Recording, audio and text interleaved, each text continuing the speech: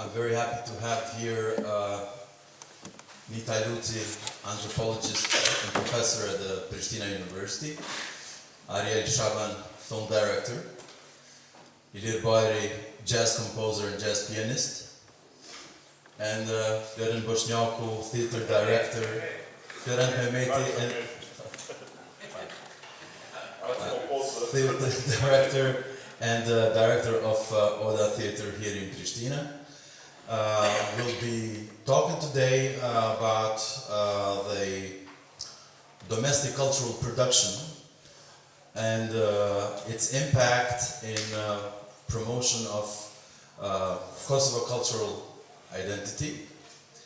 And in this context, this discussion is happening in the framework of Kosovo Showcase Theater, which is organized by Qendra Multimedia. It's the second edition. We'll be starting with Nita first. From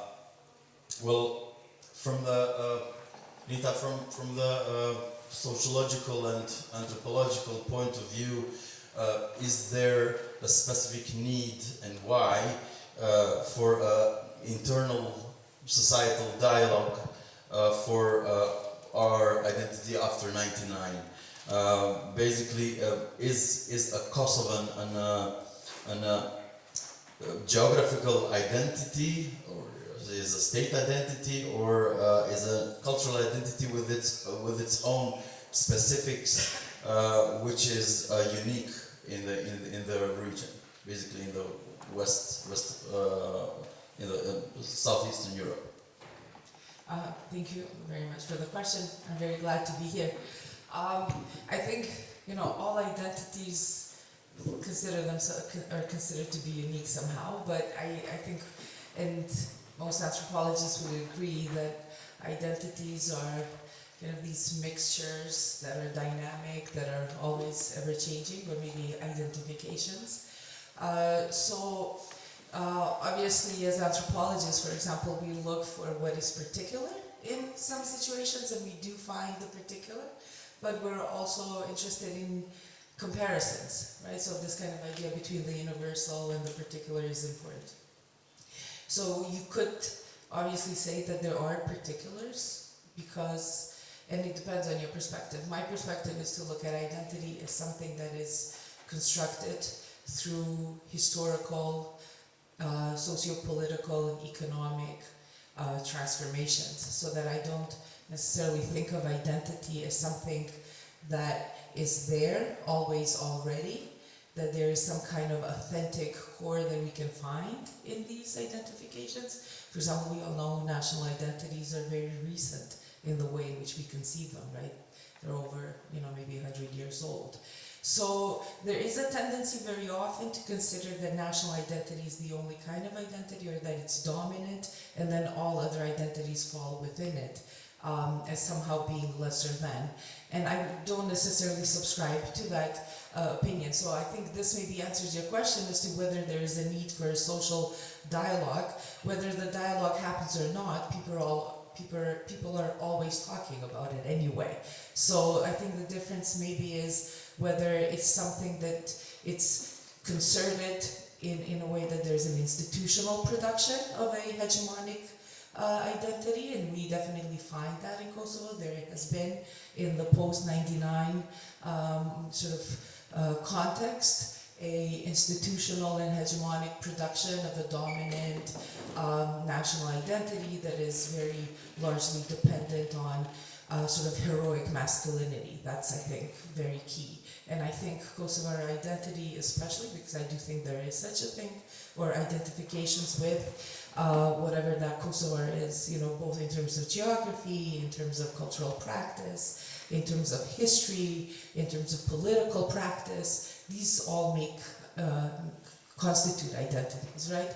So I wouldn't go along the lines of, and I don't know if this is necessarily known to our audience, but along the lines of the conversation as it's occurred here, something between what Mehmet Kraya says and then what Halim Matoshi says, right? That's not how I would want to have this conversation, because it's really a debate about models. How do you define the nation? I rather define the nation as something that happens in the fault lines of that conflict, right? So that identities are always produced through the friction and the tensions in a particular society, especially as people are trying to make sense of context. So I don't know if this is too general or broad, but I think it's important to kind of start with how we conceptualize it first. So I do not necessarily think that identity is a thing or is something that we have. Identity is something that we do. So it has to be performed, it has to be enacted, it has to be put in practice. So in that sense, yes, there is a Kosovar identity. Now, whether we actually do need to have, I think, more spaces for deliberation, because the amount of public space available for having these conversations is very limited, and there's also a lot of imposition in terms of what is allowed and what is legitimate. Maybe just as a start. Okay, thanks, Nita. Ariel, you've been like working in few films which really have like somehow tried to deconstruct the socially important topics here. How does Kosovan is stereotypicized from local and international cultural productions?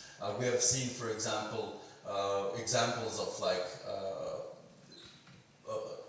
Albanian, not saying like Kosovo necessarily, like Marko from Tropoja, which have caused, for example, Arben quite some reputation here. And how did you portray Kosovo in your movies? First of all, thank you for inviting me in the panel, and thanks for the audience coming to participate.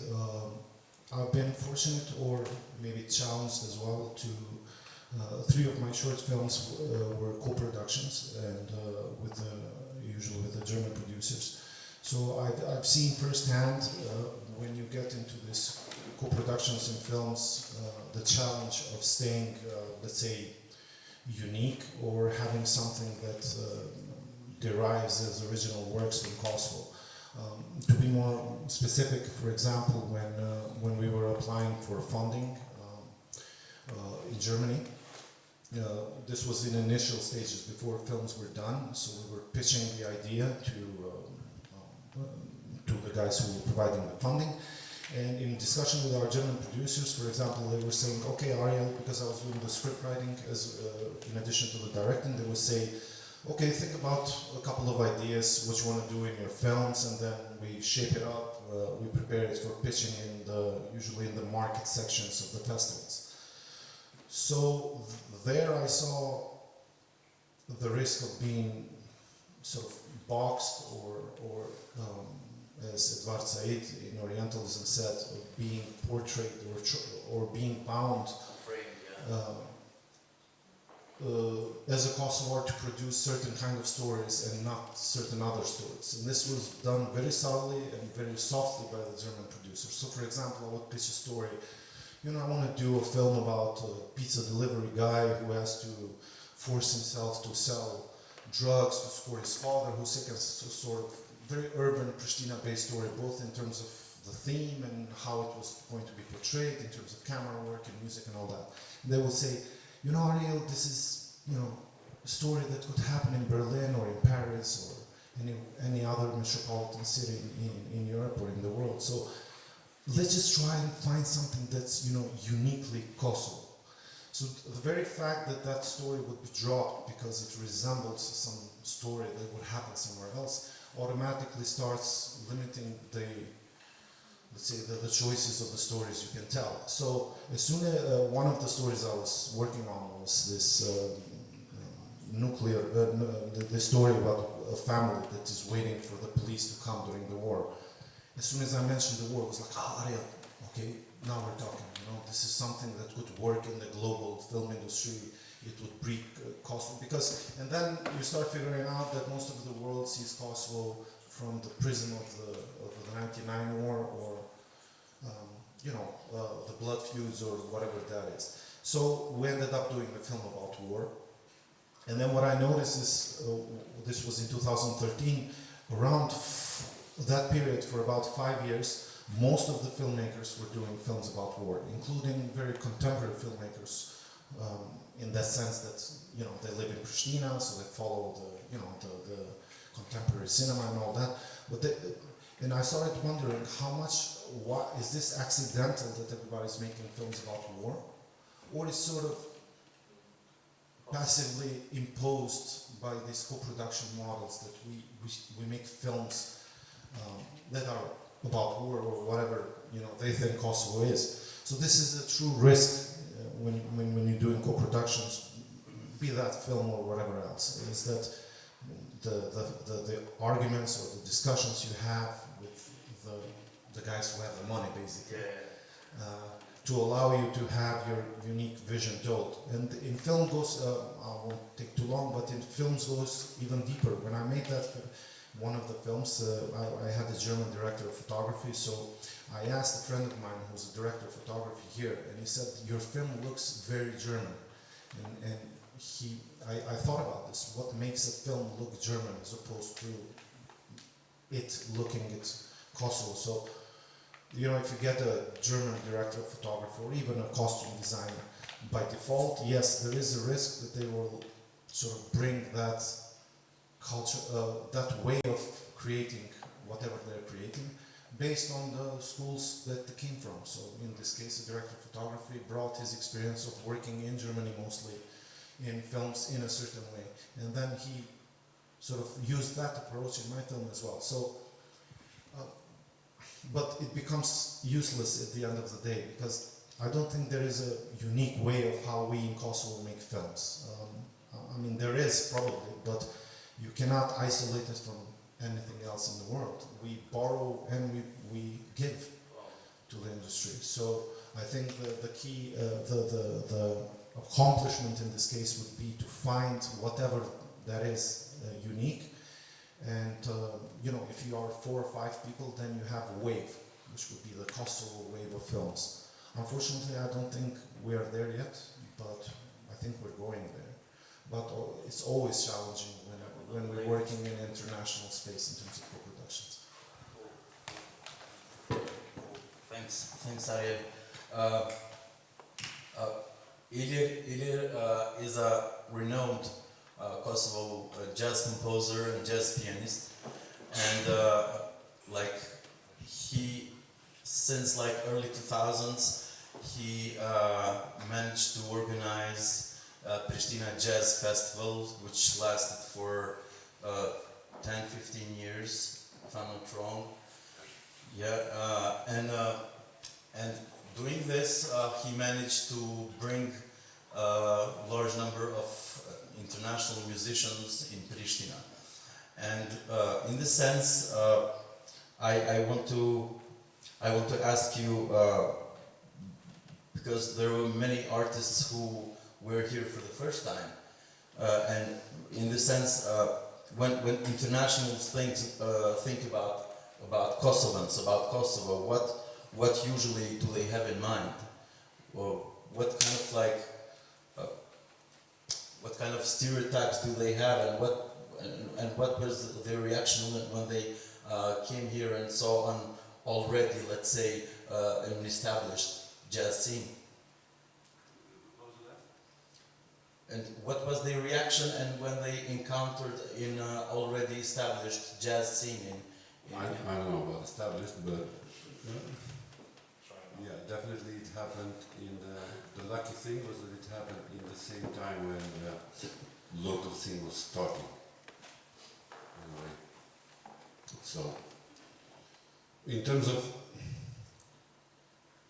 since we talk about most of these artists were jazz musicians, and because of the nature of the music as such, and because musicians are always lazy, many of them did not have a clue about Kosovo or didn't even bother.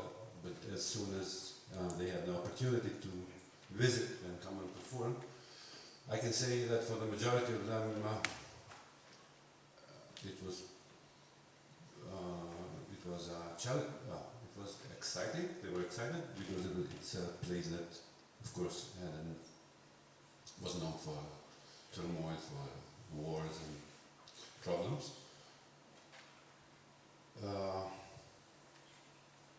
And most of the time, they would ask questions or try to understand rather than explain what they think or what they thought about this country. So in that sense, I guess we were very lucky because that's a perfect ground to create relationships with them. So it's not informal, it's universal. And that's how then through universal, you find out what's unique about you. I don't think it's the other way around.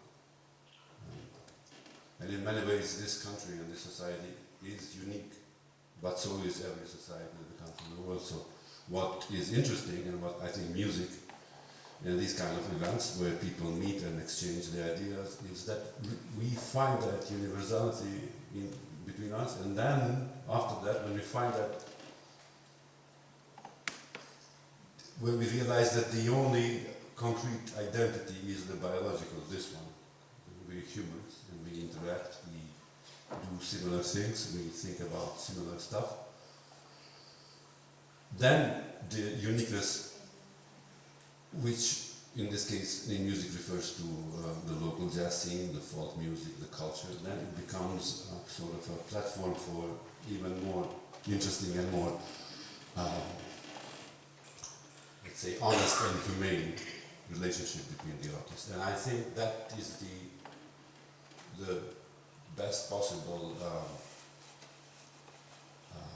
path, especially for the local scene to evolve and to grow. As Ariel mentioned, as soon as you start co-producing something with somebody, what you said, some people say that the film looks German, or this is not original music or original film because it's from here. Everybody should be from here, and that the point of view and the artistic expression should be authentic. I think every expression is authentic, but I don't think that you can grow or by insisting in your uniqueness all the time. I think in that way you isolate yourself from the world, and you miss a lot of benefits that kind of the interaction and exchange brings you as a human being, as an individual first of all, and then as an artist, and all these other abstract identities that we have, yes, up to the ethnic or whatever. Like Kosovo rock, for example. Yes, that was the biggest nonsense I heard in my life. Like first time I heard people talking about Kosovo rock, I said, like, what is that? Because it shows how little and people think about these things, because the idea of rock is quite the opposite. It's inclusiveness, in jazz especially. The reason why jazz develops and evolves, and it's not dead, regardless of how people say it, but it's developing and it's spreading more and more. It is because it has inclusiveness rooted in the concept, in the idea. The idea is to get as much more people from as much more different cultures together and having them exchange, and that most of the time produces really incredible, not just aesthetically, artistically music, but music that it's a kind of a glorification of what we are, and what we mean to each other. I think as an artist, especially here,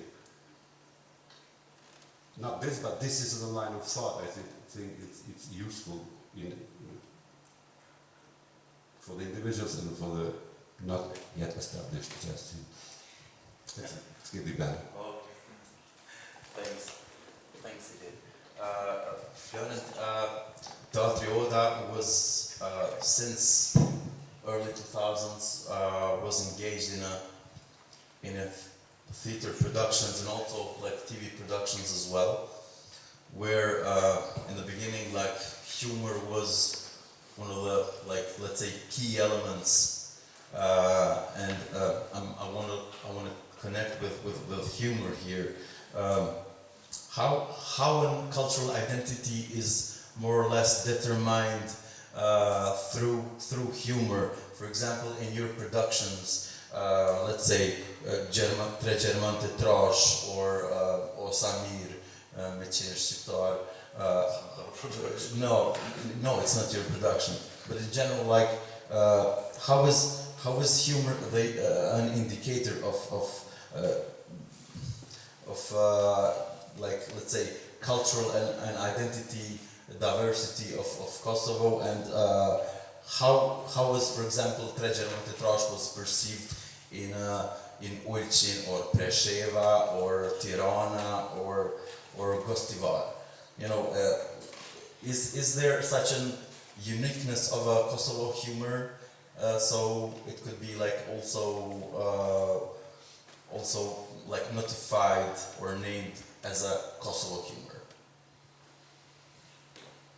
I wish it was. I wish it would make our life much simpler.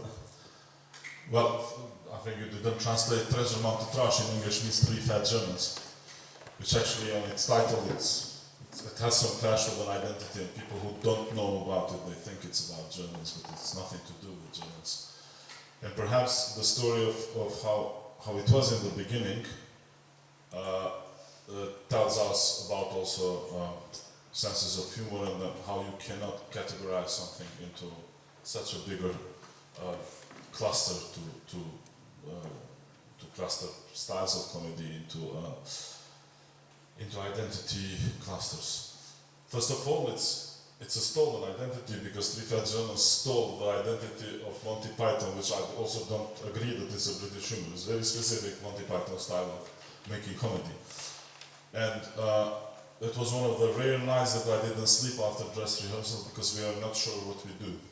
It's very easy now to judge it after so many years, but when we did it, we did it because we had nothing to do. We had no funding. It was 2004, just 1 year after we opened the theatre. And three of the actors said, "Oh, I put on weight." "Yes, you put on weight. You put on weight too." I said, "Yeah, we look like Three Fat Germans." And we thought, it's a nice title to make a show. And we started with a title without realizing what we're gonna do, basically. So we set up, we said tomorrow at 10 o'clock we have rehearsals, without knowing what we are rehearsing about. And we started jamming, and we started researching a little bit, and then just very randomly we thought, okay, it would be good if we have two other young actors, a male and a female. Let's invite these two are good. We didn't know what they're gonna perform. So going back to my sleepless night before the opening was that we were really not sure what we're doing. It was a little bit on the edge. And we invited some friends that we trust from the theatre community to see our dress rehearsal. And the first remark was, "Can you postpone the opening?" And I said, "Oh no, because we announced it, so that's it." And we didn't even finish the dress rehearsal because it didn't run very well. And we opened next day. I was very frightened that we're gonna have tomatoes being thrown to us. Because sometimes I was thinking some scenes are very funny, the show in general is funny, but sometimes I was thinking, what we're doing, it's not. So Three Fat Germans was not popular. It was not started as a let's do a popular comedy. In contrary, the first show statistically had about 30 to 40 people in average. What we did, it was a little trick. What helped us a lot was the song, which again in the same style, we just set up. We said 5 o'clock, let's go to the studio. You first, you second, you third, go and sing. What to sing, we don't know. And we just did a very silly song, which happened then in those days to be very popular, which helped us a little bit to get this tune and invite audience. So Three Fat Germans got with a full house on its 15th show, which then became kind of a logo for us also, but without any plan. We didn't want this. This was just out of nothing. We were spending a lot of time in much more serious productions, wanting to build an identity of Oda first, because building an identity of Kosovo theatre, I think we're way too early. And to describe it then, maybe perhaps is the best, just little information. We did the first show, it was record-breaking audience, and then after we had about 50 shows in the first round, a local national TV broadcaster wanted us to do it as a sitcom, which we did, 63 episodes then, and this then created the urge to do again the show which we did, which broke the record of the first one. So it has quite a long life, from 2004 up until last year actually, which we did again another series of episodes for TV, which I personally refused a lot to do, but it was such a always demand from the crew and from people approaching us, because I thought that should remain somewhere in the shell as a nice memory of something that you do, and in our show business this is how you can have a plan. But then when it was a TV, it was interesting, a very big fan, a young boy, which would write SMSs to us while it was going on TV, like very seriously, about 50 SMSs to comment on every scene. He described the situation at home that he couldn't agree with his father. They're both Kosovars, right? That his father couldn't realize what is funny in this comedy, why he's laughing, and why they cannot change the channel with something else, which he was like defending to watch KTV at the time. And it took for the father about good 10 episodes. Then there was the father who didn't allow to change the channel, but after 10 episodes in the house, so it was kind of a comedy that you need to go into its frame and to start realizing, and also the way to laugh. So this is a big school to really tell you that there's no unique sense of humor of a specific national identity or cultural identities. It's really particular depending on the people, and especially with humor, it's quite particular, I would say. Of course, because of the historical circumstances, there's some different kind of not only humor, but also theatre production and TV production going on in Albania. But also there, we have found, also in other parts of Albanian-speaking population, you always have people who, and it's extreme. Either they like it a lot or they don't dig into it at all. How did they accept the German, for example, in massive Albanian speaking? It was not exposed so much. I mean, through TV maybe it was exposed, but I don't have so much of feedback from that because it's so long ago and ask people to watch TV. But as a show, I think it was always like this. I remember it's always this extreme thing. You either love it or you're just very cold-blooded about it and you're not sure what it is. But I would go to something else, maybe just to describe. We talked with Ariel. For example, our collaboration, our co-production of Durantine in New York. We did 2 runs, and I remember it was very interesting because about 30% of our audience was in New York Albanian community. And the first question that everybody from the Albanian community got to me after the show was why the Durantine is black and why the Durantine is, at the second run, it was Asian looking, which was exactly what we wanted to do. We took an Albanian legend, but we were telling a world story using it, and it was intentionally done in that way. But this for the very particular identity of Albanians, and especially as we know, Albanians in diaspora have much stronger feeling and towards identity, and especially for some historical figures they don't like very much to be touched. It was this intriguing questions from them, and which goes back to something that was really mentioned here. In my perspective, when we do art making, it's really we start from our common ground with our common channels, and then we go in by feeding in with our own particularities, which of course we bring in Kosovo particularities, Prishtina particularities, but we deal it in the Rania particularities in my case, because for me this is very multiple identities that it really depends on the constellation and how you get identified from whom, by whom you get identified, and in what constellation, of course. And as we talked with Ariel, in Marseille, I'm a white guy, and I feel very much threatened. I mean, being the #1 crime in the country, for me it was really very hard to be like very late nights alone in the streets of Marseille, which I've been a lot because of our international collaboration and our entity that coordinates our partnership is in Marseille. So it was very strange feeling to be identified as the white, and I really wanted to kind of talk to each and every person to tell them how black we are in Europe in that sense, or how Arab or whatever identity clash that you can have in such circumstances. Thanks for sharing your experience. Since end of war, Kosovo started with own like TV productions of TV series as well, and basically these series were portraying mainly also like Kosovo families, how do they live, their lifestyle, portraying their problems, their issues, class divisions, and I mean gender issues, which are still like a boiling issue in this inter-societal dialogue. Mita, in your studies, you also like your main focus is gender, and seeing these TV productions, how Kosovo woman is portrayed there. Basically, is it like stereotypicized and at what level? This is okay.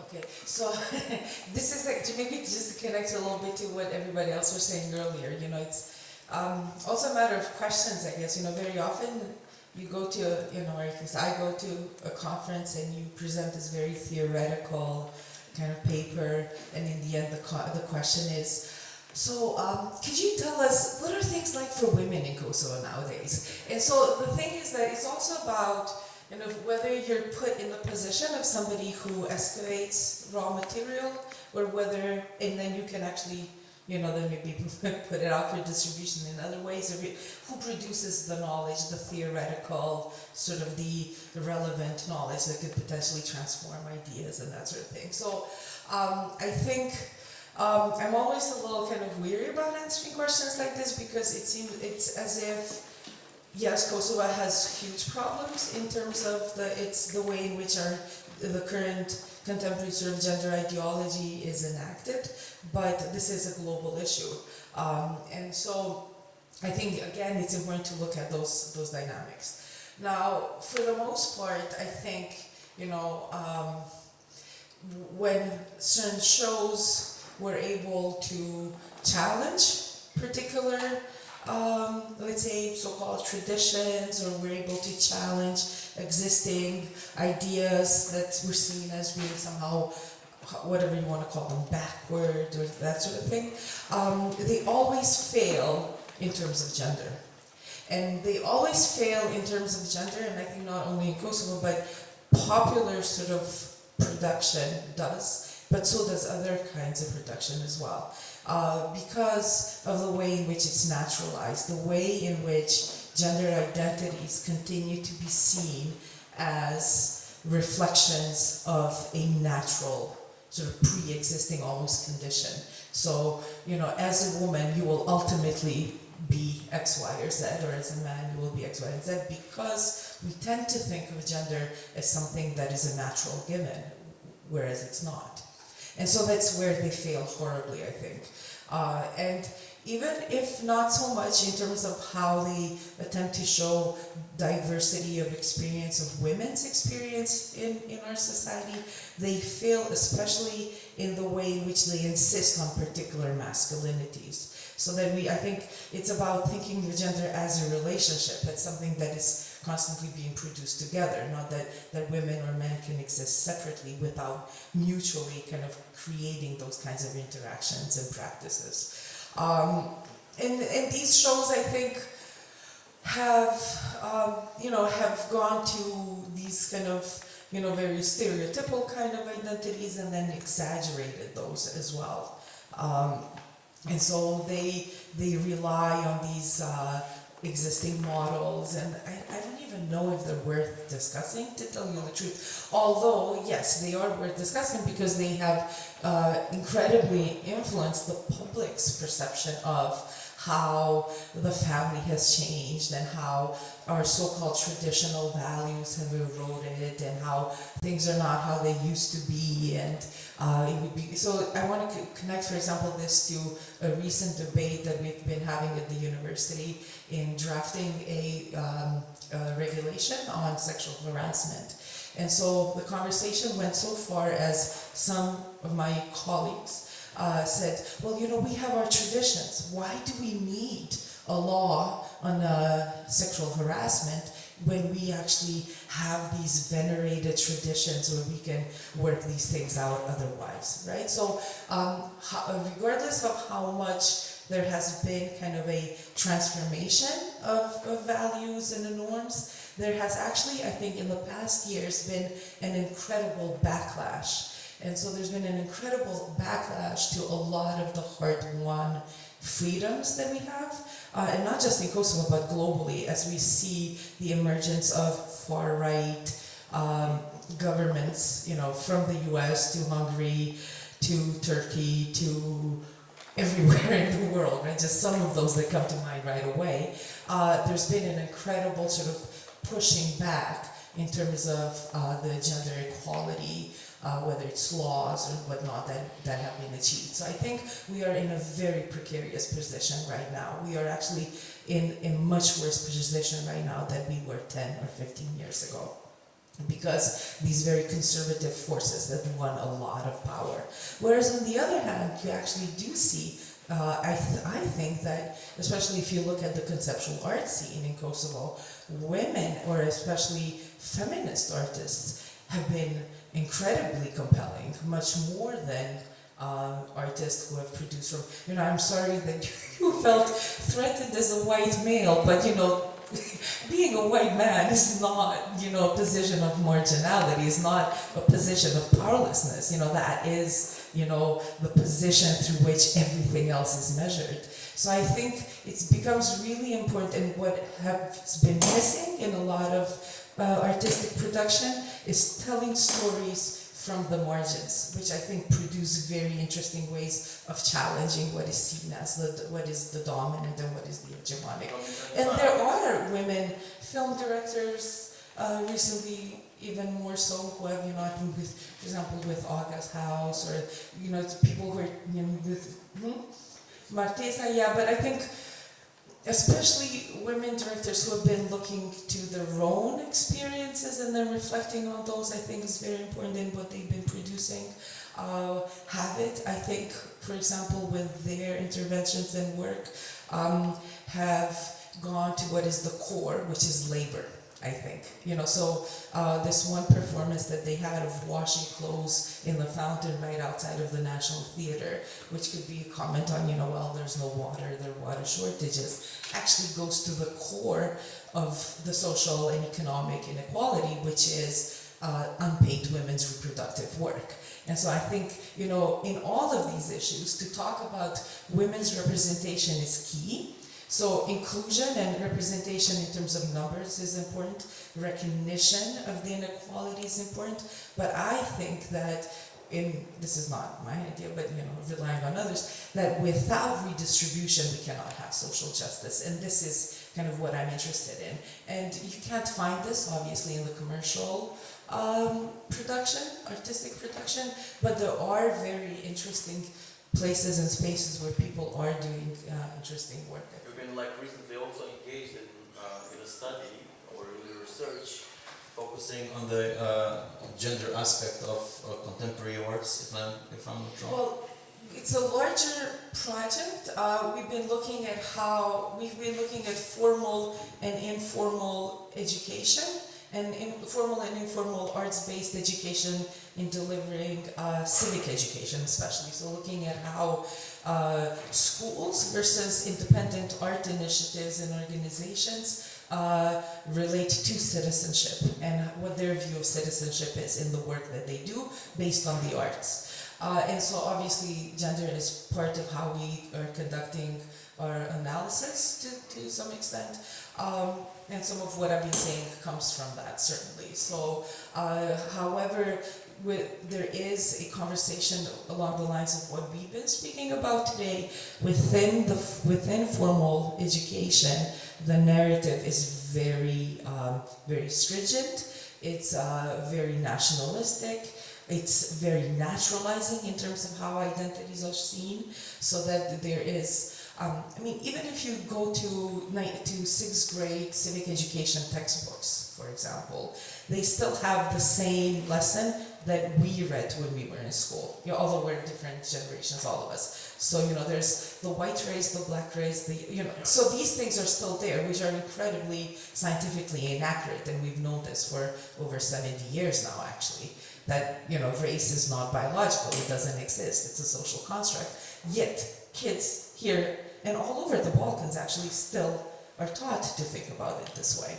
And so if we think of race along those lines, then they do think of gender along those lines and national identity along those lines. And once they're seen as these natural sort of properties of people, any sort of social transformation, I think, becomes very difficult. So I think that has to be radically changed. Although it's not a radical change, it's just, you have to make it scientifically accurate, basically. So I do always obviously go to education because I think it is key in many ways, but I, through this project, increasingly seen how art is so, I don't want to call it important, relevant, but how incredibly sort of compelling could be when they do come together, when you could bring those together.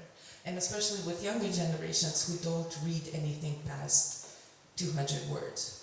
So you do need to think of how you want to, especially use the visual, the audio, the sound becomes important. So we did, for example, workshops where we had people, you said the rock scene, Kosovo rock scene doesn't exist. And so what they did is we were researching boom concerts from the 1980s, and they were producing music, sound, and text, relying on the archival material, so a lot of found sound stuff, which you usually wouldn't find necessarily people doing in sociology or anthropology. And so it's, I think, really inspiring because younger generations are interested in crossing those boundaries if they're given the opportunity, and not to just kind of learn along the traditional disciplinary lines. But I think this was everywhere and nowhere at the same time. Thanks, Nita. Ariel, we're turning to something quite actual. Well, it's not news that Kosovo is isolated in many ways, but how much this isolation is costing Kosovo's cultural and artistic production. Basically, not being able to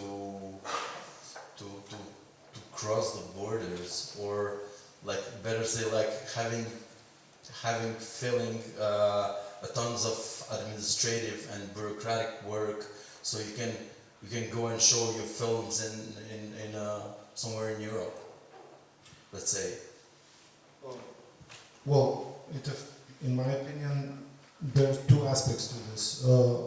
In terms of output and in terms of cultural diplomacy, what comes out of Kosovo, naturally it affects it a lot because there's not much output because of the isolation. A mere fact that a person cannot go and present their work, such as was the case even with Qendra and Multimedia's theatre production, when they were going to countries that didn't recognize us, or in other ways they don't want to provide us for visas. So in that sense, yes, it affects it, but I think paradoxically, in a way, this isolation also creates an interesting cultural scene as well, because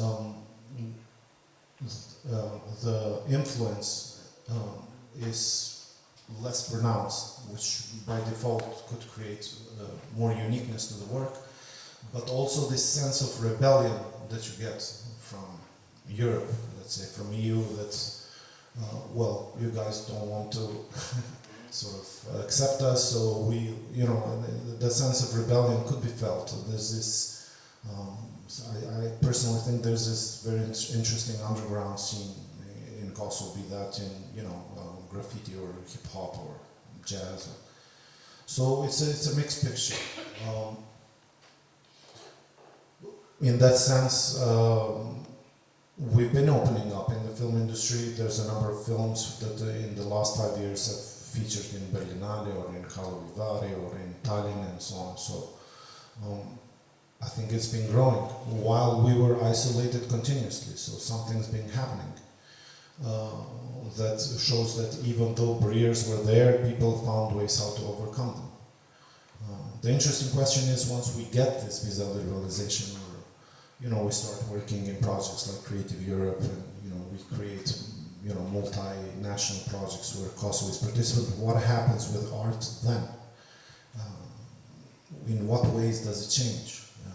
Does it subside, or does it flourish in a more interesting way?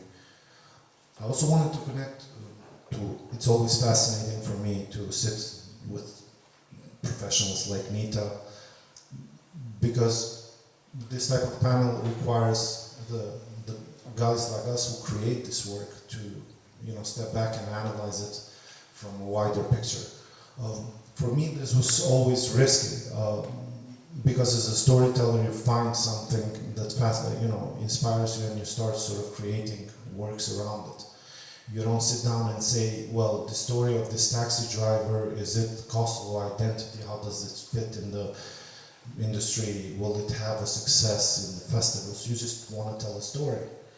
And then later on, professionals like Nita sort of deconstruct your work and give it additional meaning that you didn't even know it had.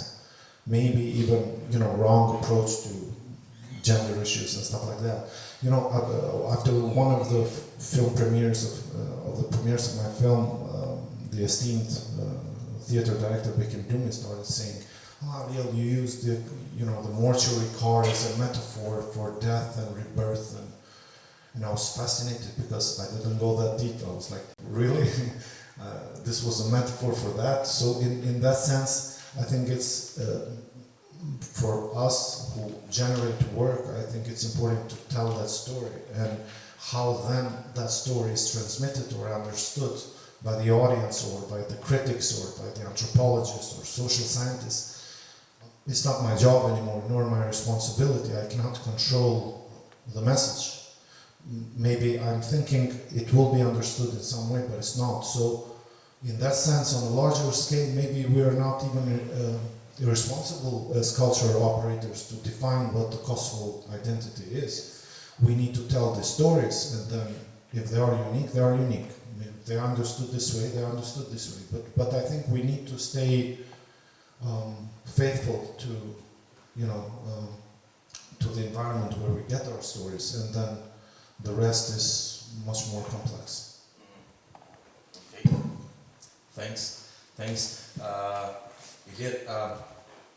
Since like the majority of our guests are like international, I would like you to, if you can say something more about the Kosovo's music story, basically from former Yugoslavia, which like Kosovo artists had the opportunity also to be part of like Eurovision, let's say in the 80s, to the total oppression and during the 90s, and the let's say rebirth of Kosovo musical scene in the post-war. How much is Kosovo music scene is known in world today? Basically, what is the main obstacles? Because I don't know, like during post-World War, there was newly established like educational infrastructure for musicians, for professors. People here started to know what opera is. It was some sort of like cultural emancipation through these institutions. Then like totally the dark 90s, and now where is Kosovo music artist today in the world? Is there such a Kosovo musician in this exotic pictures of the Balkans? You know, because Well, thank you for this difficult, extremely difficult question. Well, in terms of where it's how, what I can say, my perspective, including myself and everybody here, but in terms of music and maybe also in art in general, is that you can easily, since we're talking about identities, you can easily identify that it is not a very productive community in every sense, and because of the education system, as it was and as it is, it's a very strict. Like you said, now people know what opera is. I beg to differ. Why is that so important? I don't think it's important. What is important is that you allow yourself to be moved, exposed, you know, allow yourself to hear something that you never heard before, even if that is in any way confronts with your culture or with the way you were brought up. And this is why I believe that the worst possible kind of isolation is self-isolation, and I think this is our problem, especially in Kosovo. I think we are isolated in our ideas, in the way that we perceive ourselves and the way we perceive others, and maybe this is why we insist so much into proving to the world that we are unique and we have something, we have a special whatever, that we, and that we are somehow discriminated and from showing that we are not allowed.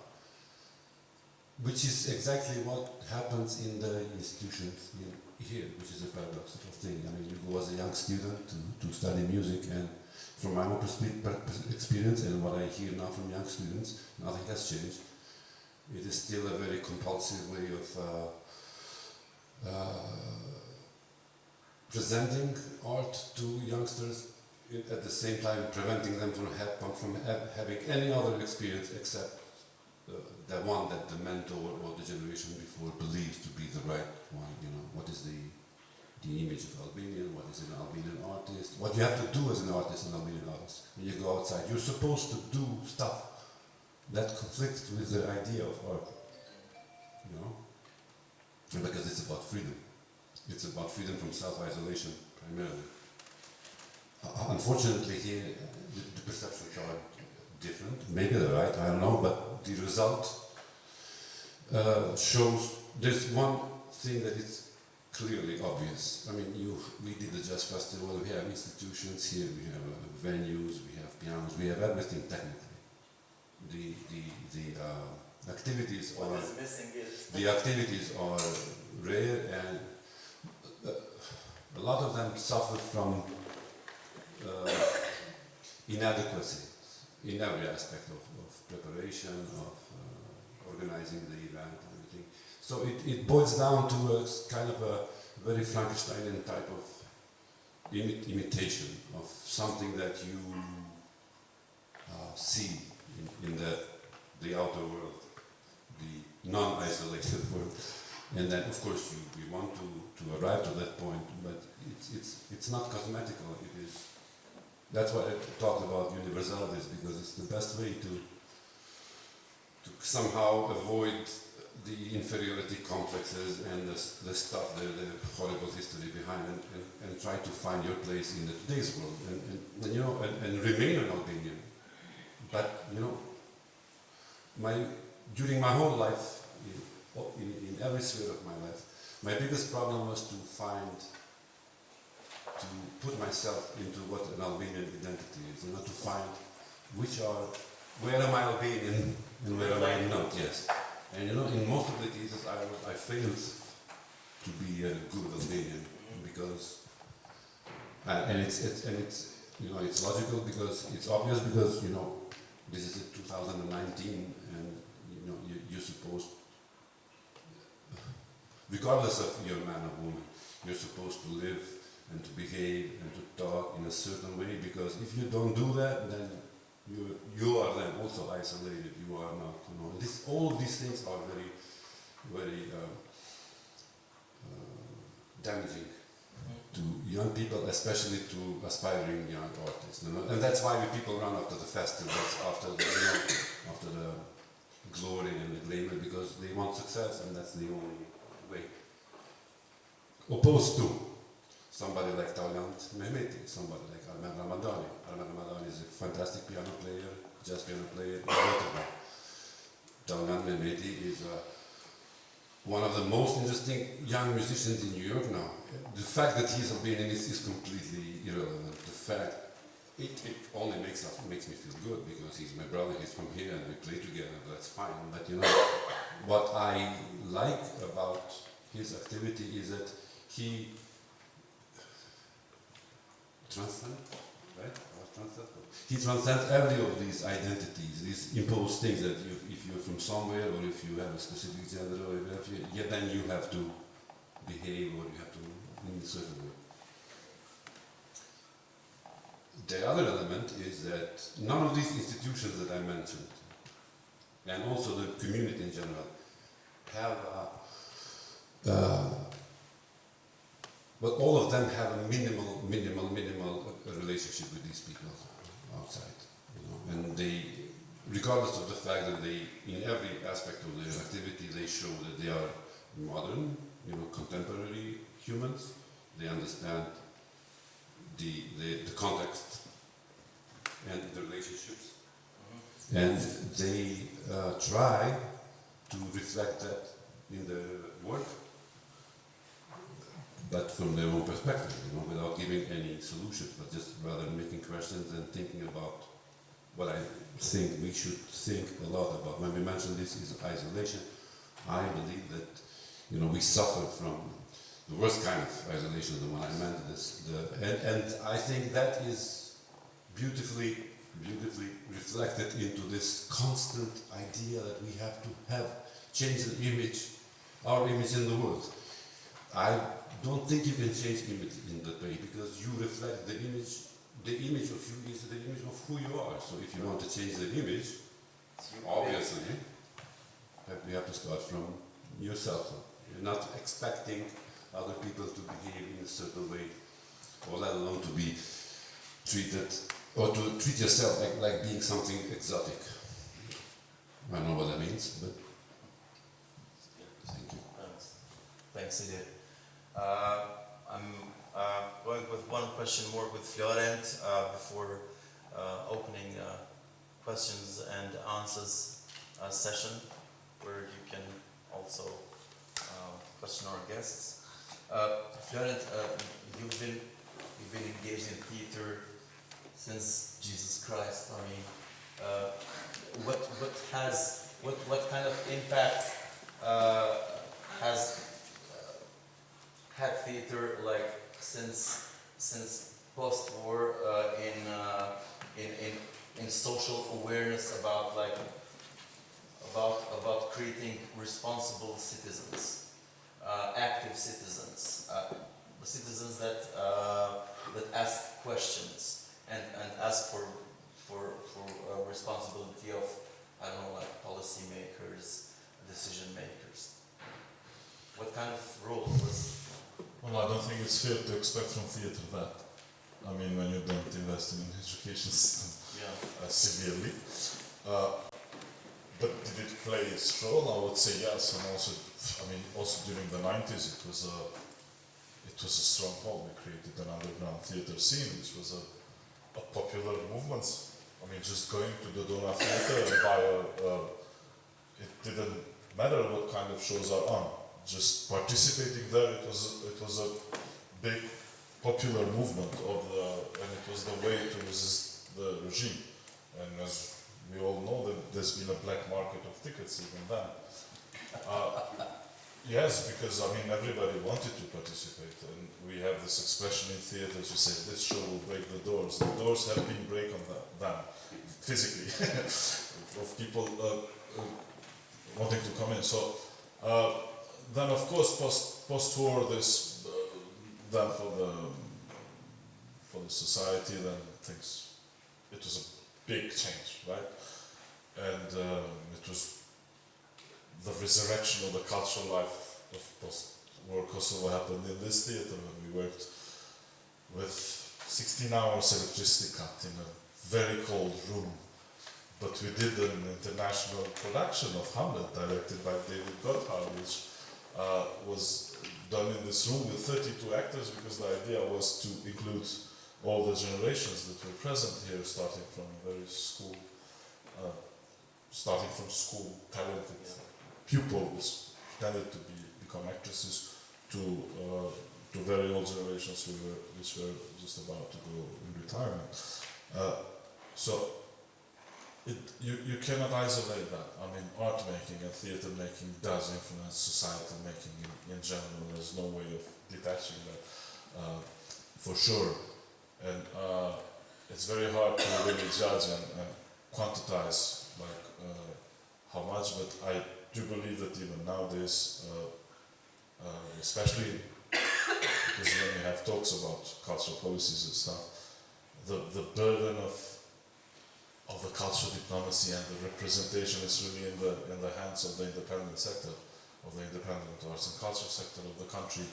With the power it has, it's a result of the society investment on its own, because society doesn't need to invest in theatre for the sake of the theatre. Societies need to invest in arts for the sake of themselves, of the societies themselves. And what we have is that it's really is taking the burden of the representation and the cultural diplomacy, but at the same time not being taken that seriously. You know, that at some levels this is not seen as that, and it's not. I think we constantly have missed opportunities of seeing parts of the very good initiatives, very resourceful corners of the arts and culture scene dying just because of not basically recognizing and not having a plan how to develop that, rather than really trying and identify something which I would call a ready-made. Like what I mean by ready-made is I would challenge you to give me a percentage. How many of the world's citizens know that Rita Ora and Dua Lipa are from Kosovo? What do you think? What is the percentage? 20 already. 20? Very optimistic, sir. So, yeah, it's really hard to live in a society where you don't see in your immediate what you have, what you're looking for, catching and kind of try and capitalize something for representation, which is fine. I mean, don't get me wrong, but it's a big discrepancy between how the scene domestically is seen and then how quick the political levels are to capitalize something that has happened as a result of their own talents, careers, fates, lucks, and has nothing to do with really Kosovo. On the contrary, they were saved because they were not here. Thanks, Curate. I would happily announce the questions and answers session open. Does anybody has a question? Please. Yes, please.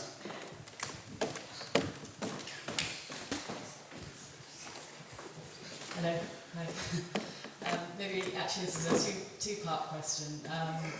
I wondered in terms of opportunity for making art, if you think it's an equal playing field for both genders. Is it as easy for women to form a jazz band or run a theatre, or if there's still inequality there?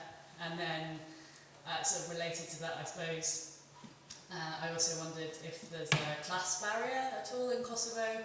Are the people who are able to make art people who already have a little bit more money? How open and movable and flexible is this, and is it sort of changing, or is it already quite open? Sorry if it's a very basic question. I'll go first.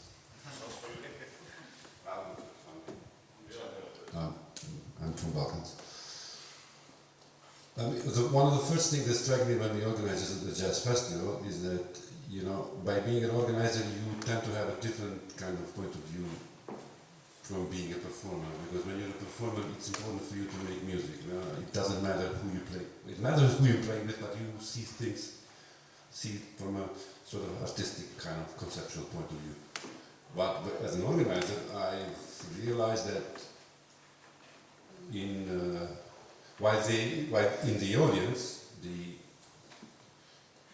the mix of gender, people who come was always interesting, meaning that sometimes much more women were interested, much more women were in the audience than. But it was not the same on the scene. You hardly had any woman playing, especially jazz. But when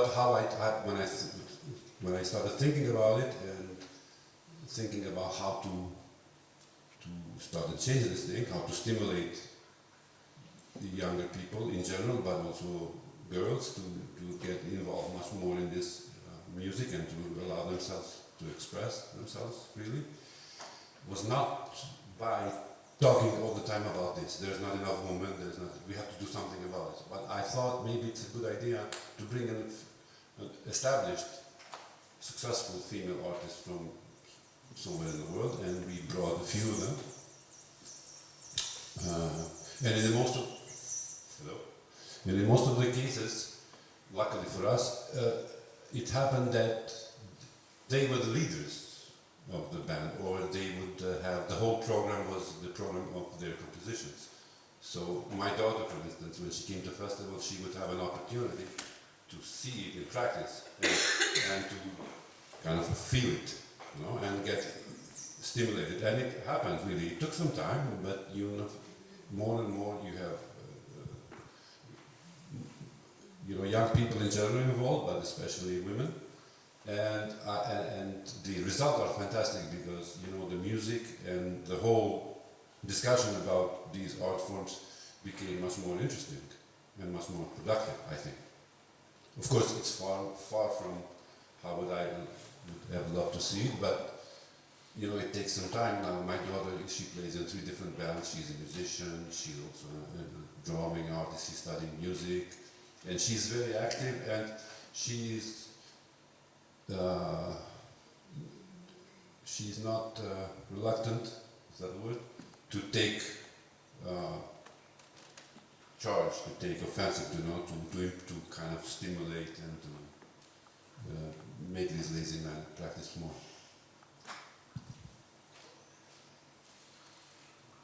Maybe just shortly, we did a network of 20 theatre clubs around at the country level, which is about 400 kids taking part in these 20 elementary schools all over Kosovo. And I think it was more than 75% women, girls, pupils.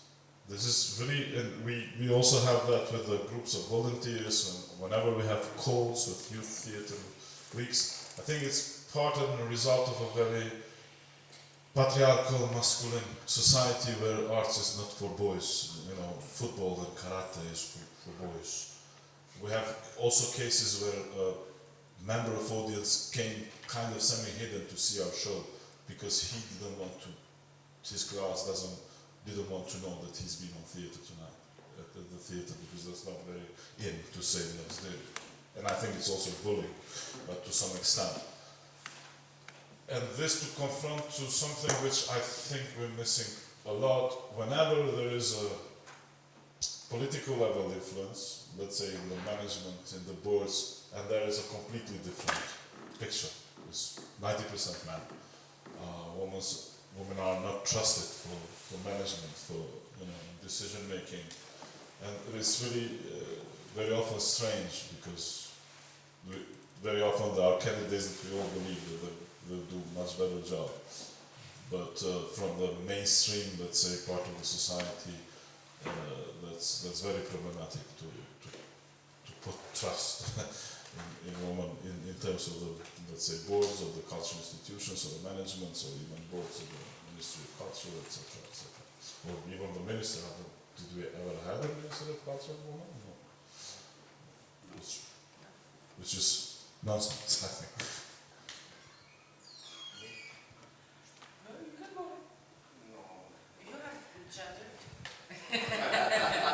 I think it's good that they kind of caught both sides of it, right? That certain professions are seen as more feminine and others as more masculine and that sort of thing, right? Yeah. I don't know. What was I going to say? I think class is a topic that is almost entirely absent from conversation in Kosovo. Probably sometime around 1992, 93, workers just disappeared. So, there were no more workers. So you really don't talk about workers. We don't talk about labor rights. This is because we have, I think, this society has very open-heartedly embraced a very neoliberal agenda. So we do speak about poverty, and poverty is generally seen as increasingly as a result of sort of one's lack of desire, will to engage and to work. So there's very much this kind of pull yourself up by the bootstraps kind of idea that dominates in Kosovo society. So we really don't talk about class. We don't talk about these economic inequalities and how they're perpetuated and how they're created. So there are those barriers certainly exist. But then they're also very particular because a lot of the traditional sort of historical divisions were along the urban and rural divide. And then you would have to look at this period that Arif was mentioning, this period of modernization, industrialization in the 70s especially, that led to more urbanization. So there was migration from villages to the city and transformed part of that dynamic. So I think class, again, has to be very contextual, right? It's very contextual. But then I think what, the answers to your question also show is maybe what we need to talk about a little bit more is this kind of responsibility, right? I understand what you said, then, you produce particular work and it's maybe not your responsibility on how others understand it, but I don't necessarily think you produce work that you don't care about the effect, the political effect, right? So because you do make a decision about your aesthetics, and so that this aesthetic is not just a surface, right? Aesthetics are not just surfaces, right? It's not about something being pretty or ugly. They're about the structures that produce particular aesthetics, I guess, as well. And so, to point to whether the women came or didn't come, so it is important, this representation, but again, I think it goes back to work. Because why women are not participating, why they're not leading, why they're not in the positions to make decision has to do with the regimes that structure labor, I think, ultimately, and that create opportunities or take away opportunities for participation. I don't know, does that answer your question?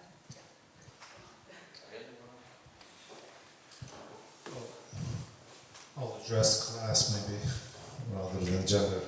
I don't feel comfortable. It's a very good question. I think there's definitely a trend that, especially after the war, I think sons and daughters from certain families in Prishtina mainly were going towards the arts academy, be that script writing or directing. I think only after some time the doors opened for people outside Prishtina to be able to go to the academy and make something out of themselves. So for a while in Kosovo, I think the only production was done by a specific and very limited number of people. That did not necessarily be in the academy because they were super talented, but because they were, they had a certain family name or were connected to some circles.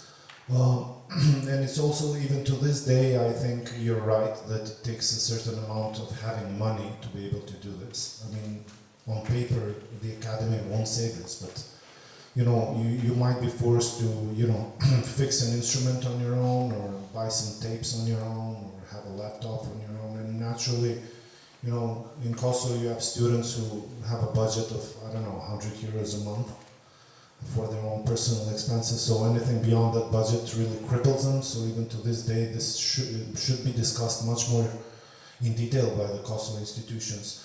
I'm not a fan of positive discrimination when it comes to application in, film funding or stuff like that.